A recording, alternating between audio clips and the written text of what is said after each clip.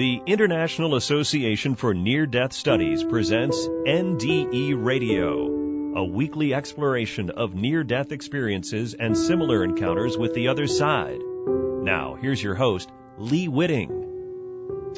Welcome to NDE Radio, brought to you by IANDS, the International Association for Near-Death Studies. I'm your host, Lee Witting. Well, we want to welcome you back to a follow-up interview with Robert Perry. For those who haven't listened to last week's show with Robert, I'd suggest you go to our past shows button and start there. Robert is the lead editor of the new complete and annotated edition of A Course in Miracles, and Robert is one of the course's teachers. He is the founder of the Circle of Atonement, has authored or co-authored over 20 books and booklets on the course, as well as hundreds of articles, including an article he co-authored about near-death experiences and A Course in Miracles for IANDS Journal of Near-Death Studies, summer of 2014. Robert Perry has also lectured throughout the U.S. and internationally. Robert, welcome back to NDE Radio. Thank you for having me. Where we left off last time, we were talking about the more material aspects of the lower heavens versus the highest aspect being a formless, truly spiritual space. How many does the Course envision? A certain number of heavens? Do they say how many heavens there are? You know, the Course doesn't focus on that. It does in one of its supplements. There's a little supplement to it called the Song of Prayer, and it talks about the afterlife briefly and talks about it in very NDE-like terms, actually. But beyond that brief mention, there's nothing said. It's just, you know, there's this earth, which the Course talks about as a dream, and then there's heaven, which one would normally think of as kind of the highest heaven. From the Course's standpoint, that's heaven, period. Mm-hmm. Everything else below that, or you know, everything else that has some hint of form, however subtle, is some kind of dream. Okay. I had a guest on one of my shows who talked about, he was 21 years old, he died, and went into the light. And as he was going into the light, he said he suddenly had a moment's doubt. He said it was wonderful, it was loving, but he felt like he was losing himself in it. And when he had that instant of doubt, he was suddenly out of the light and into a waiting room, ready to be reborn or born back into his body. You did an interview, a YouTube interview, really good interview. I'd recommend it, with Corinne Zupko. Mm-hmm, yeah. And she mentioned, in fact, most of her show concentrated on annihilation anxiety, the notion that we would, in merging with God, lose our sense of self, basically lose our ego, which, to my way of thinking, it would be a good thing, because I think it's our ego that's always getting us in trouble.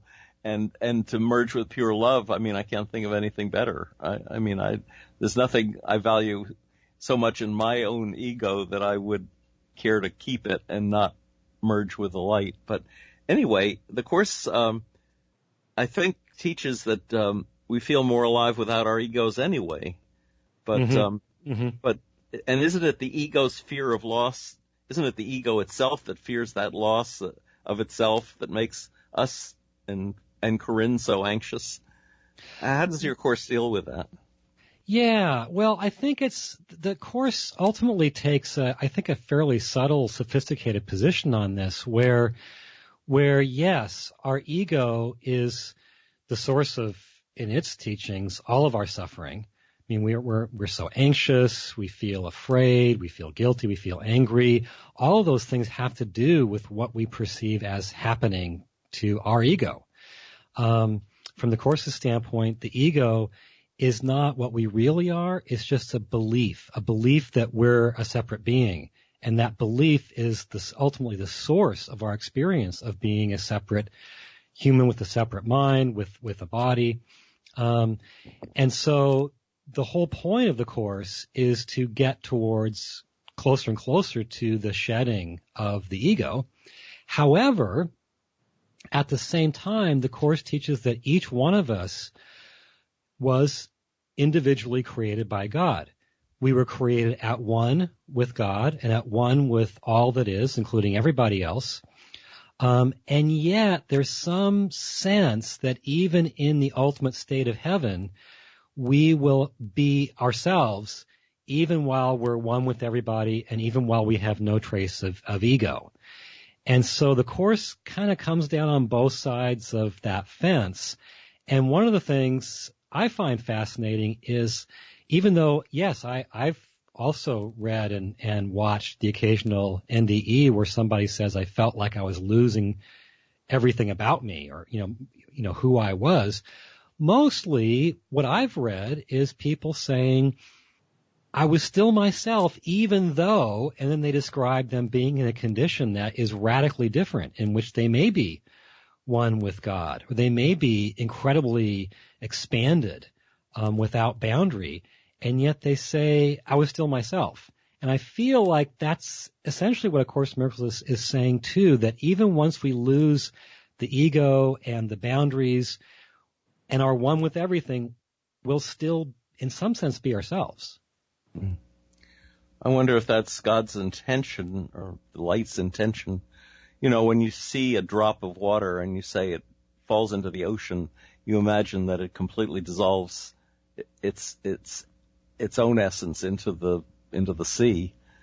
And it's hard to imagine that you could be an individual drop once you've entered the ocean. But I suppose it's, you know, that might be one of the miracles that we're talking about here.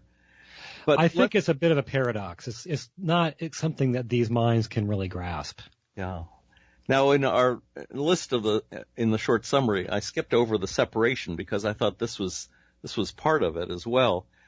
When we think theologically of separating, you know, the separation that took place in heaven, for instance, you know, you often come to the Lucifer story where his ego drove him to separate from God. And one of the parishioners in my church has the firm belief that we are the fallen angels. We are the ones that separated, and we're trying to earn our way back into heaven again. But in any event, with separation and ego seem to be inextricably tied together. Yeah, they are. Yeah.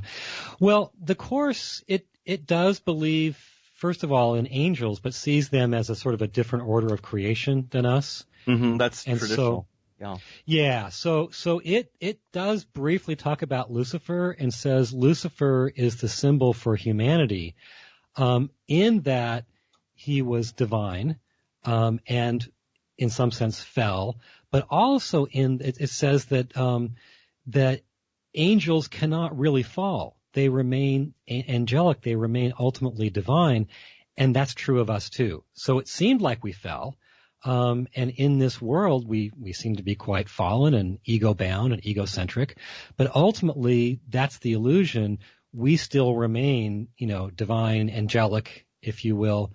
So the separation from the Course's standpoint was something that, you know, where we chose to turn away from God, to separate from God, and it gave birth to the entire physical universe as well as any other non-physical realms. But from the Course's standpoint, it still didn't really happen because it's just a dream, and we're having that dream while asleep in God. We're still in God. Do you ever reference the Matrix movies in your Course? Occasionally. I mean, it's hard to watch The Matrix and not think of this teaching. Yeah, exactly. Tell us a little about the Holy Spirit. How does the Course think of the Holy Spirit? Interesting question. The Holy Spirit in the Course is an extension of God into this dream and into these dreaming minds, so as to guide us back. From the Course's standpoint, if our minds were without that kind of help, we would just reinforce the separated state forever. And so God had to, in a sense, reach into the dream in a form that could deal with time and space and specifics and guide each one of us extremely individually, and constantly respond to our free will choices so that we're always surrounded by the perfect classroom in our lives for the sake of our homecoming.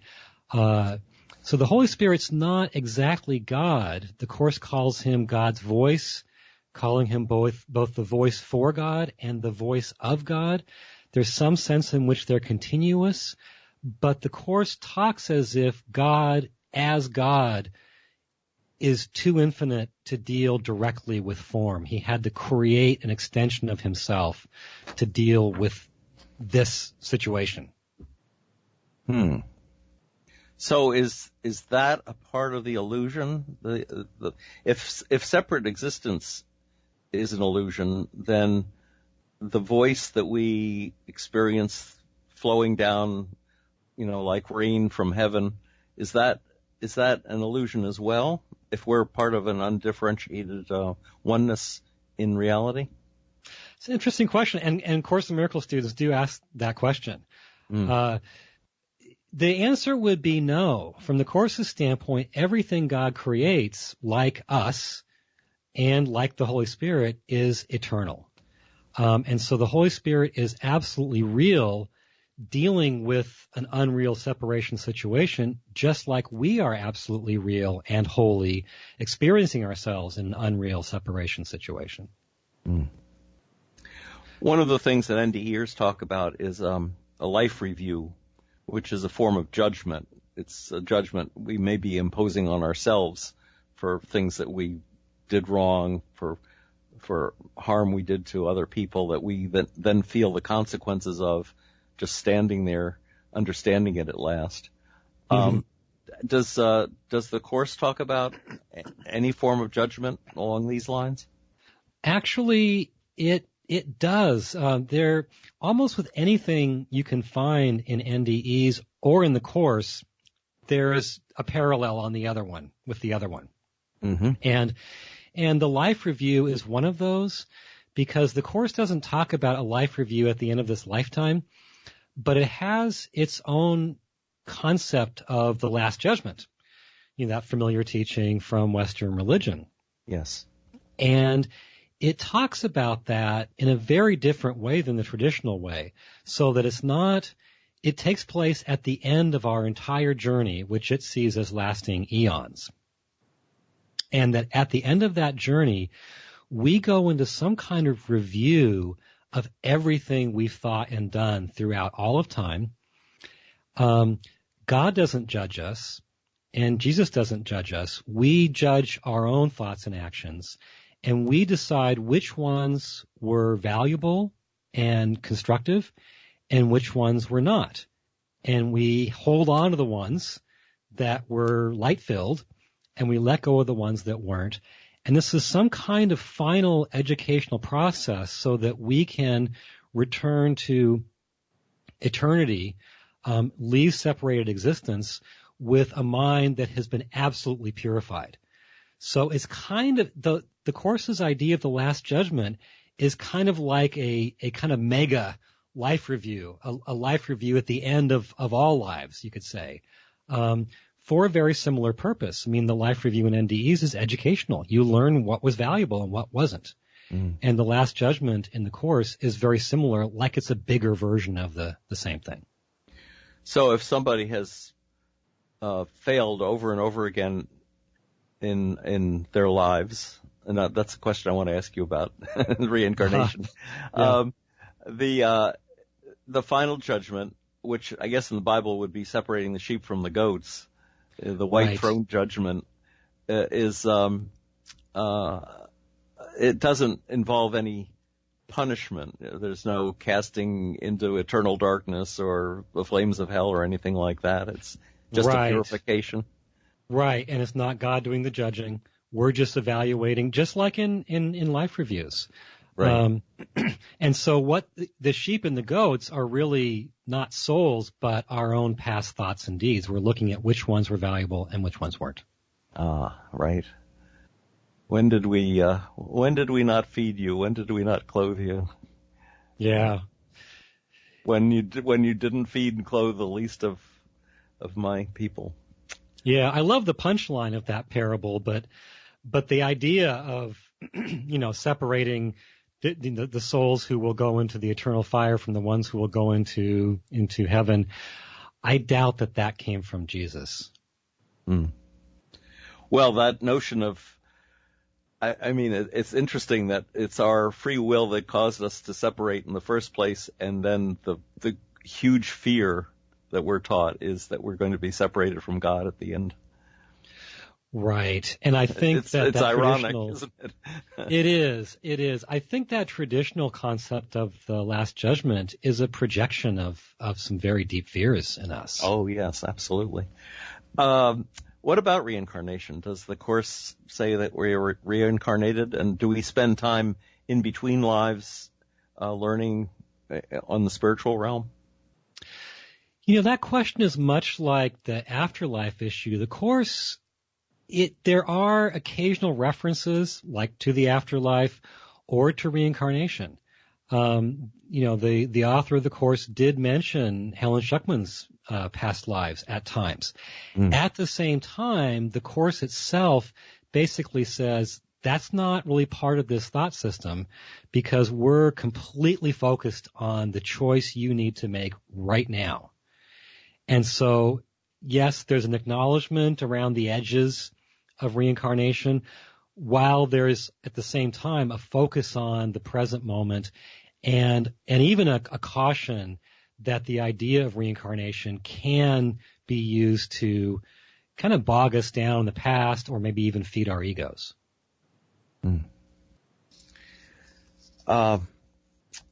Probably wouldn't be complete if we didn't discuss the nature of and the importance of forgiveness.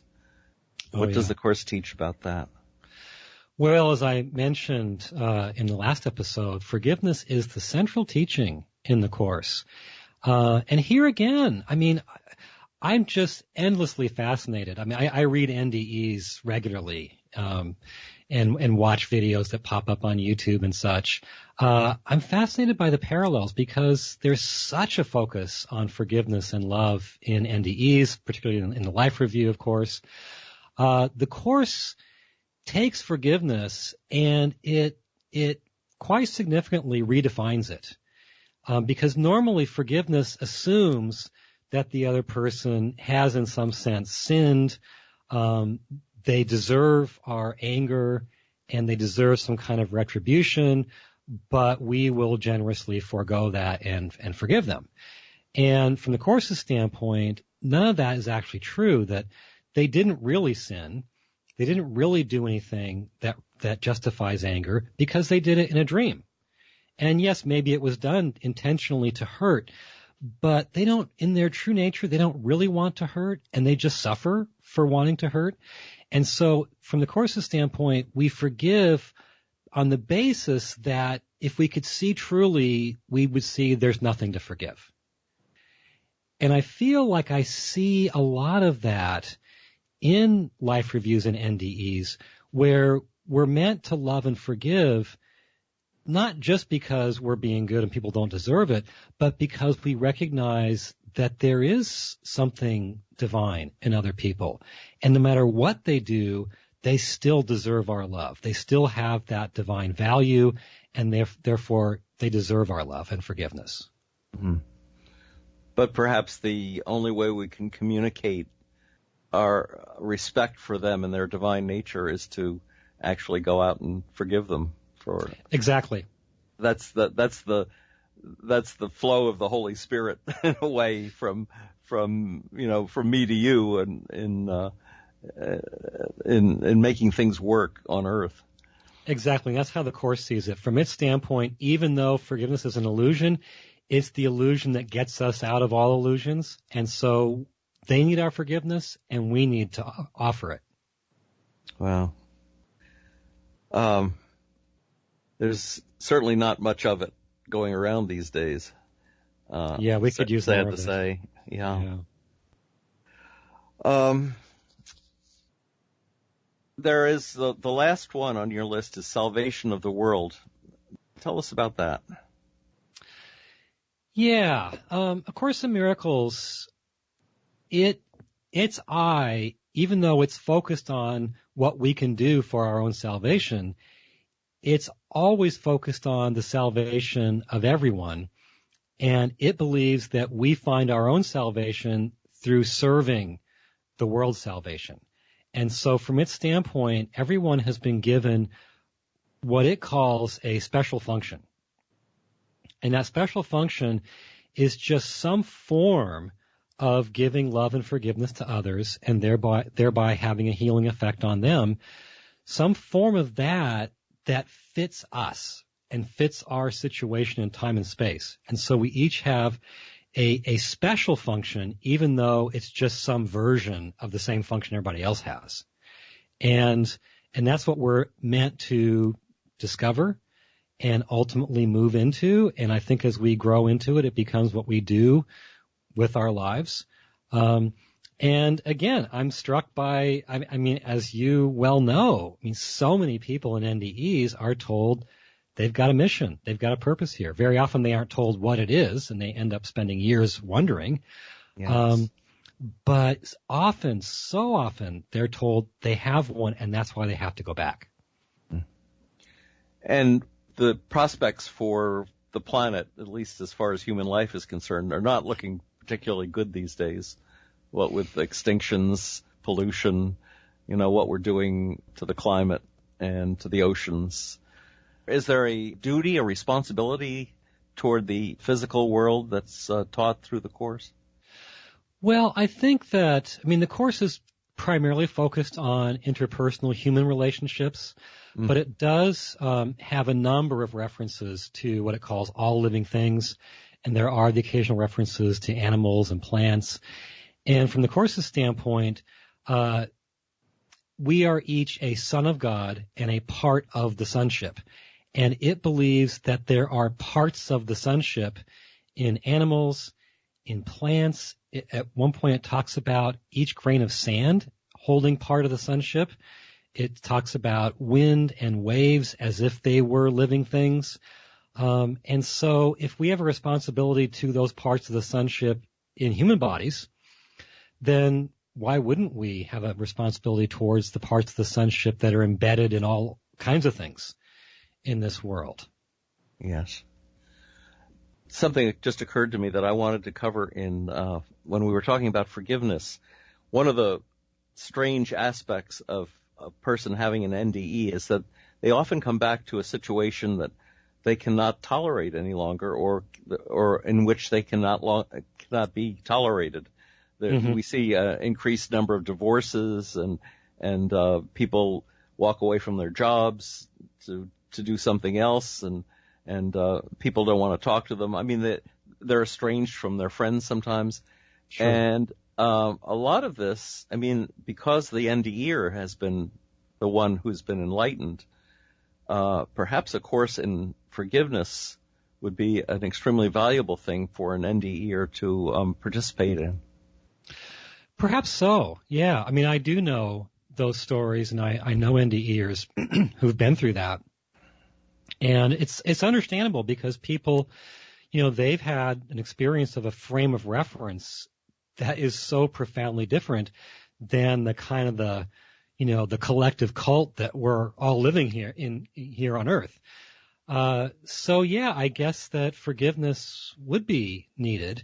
On the other hand, forgiveness is it's needed here, whatever your Earth life is. Life on Earth is difficult.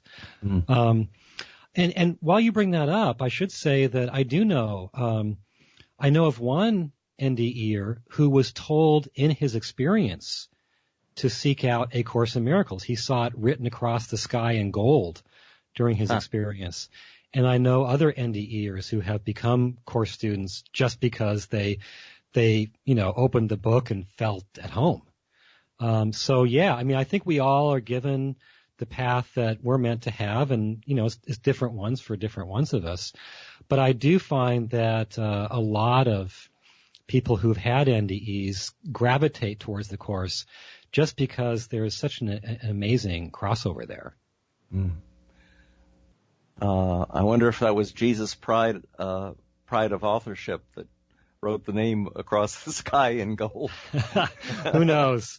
Who knows? It is interesting that there's such a Jesus focus in at least many NDEs. You do wonder, if that is the real guy.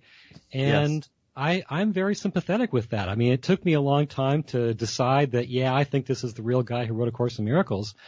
But, I mean, even Christians, I would think, would be open to that because they think he's still around, right? And he can still talk to us. So why wouldn't he show up in NDEs? And why wouldn't he dictate a lengthy book to us? I mean, if he's still active, you'd think he'd want to help.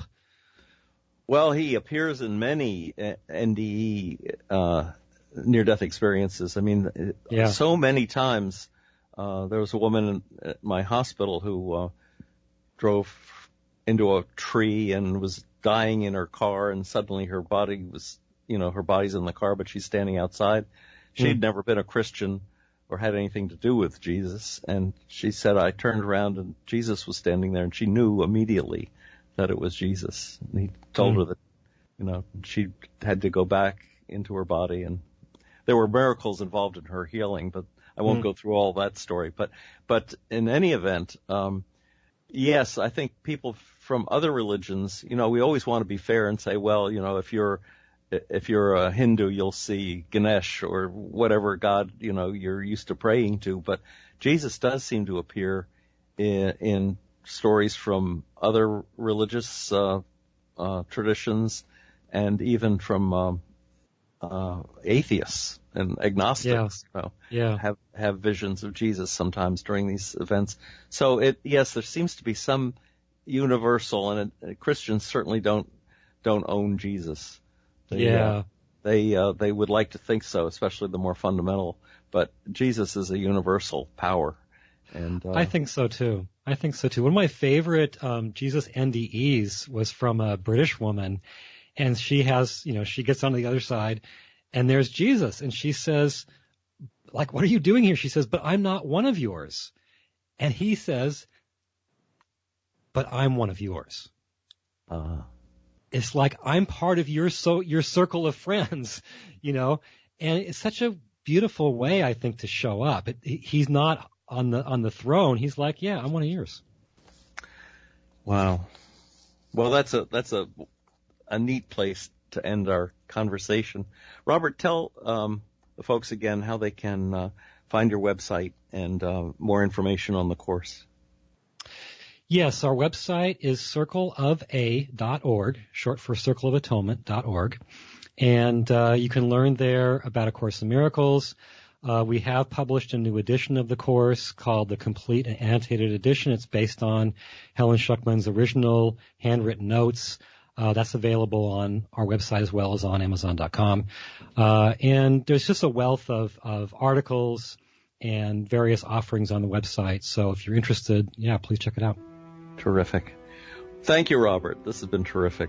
And if any of you out there would like to listen to the show again, and I would encourage you to do so, or any of our past shows, just go to our website at nderadio.org. For information on IANDS, check out their website at IANDS.org. And join us again next Monday, 11 a.m. Eastern, for more NDE Radio. This is Lee Witting saying thanks for listening.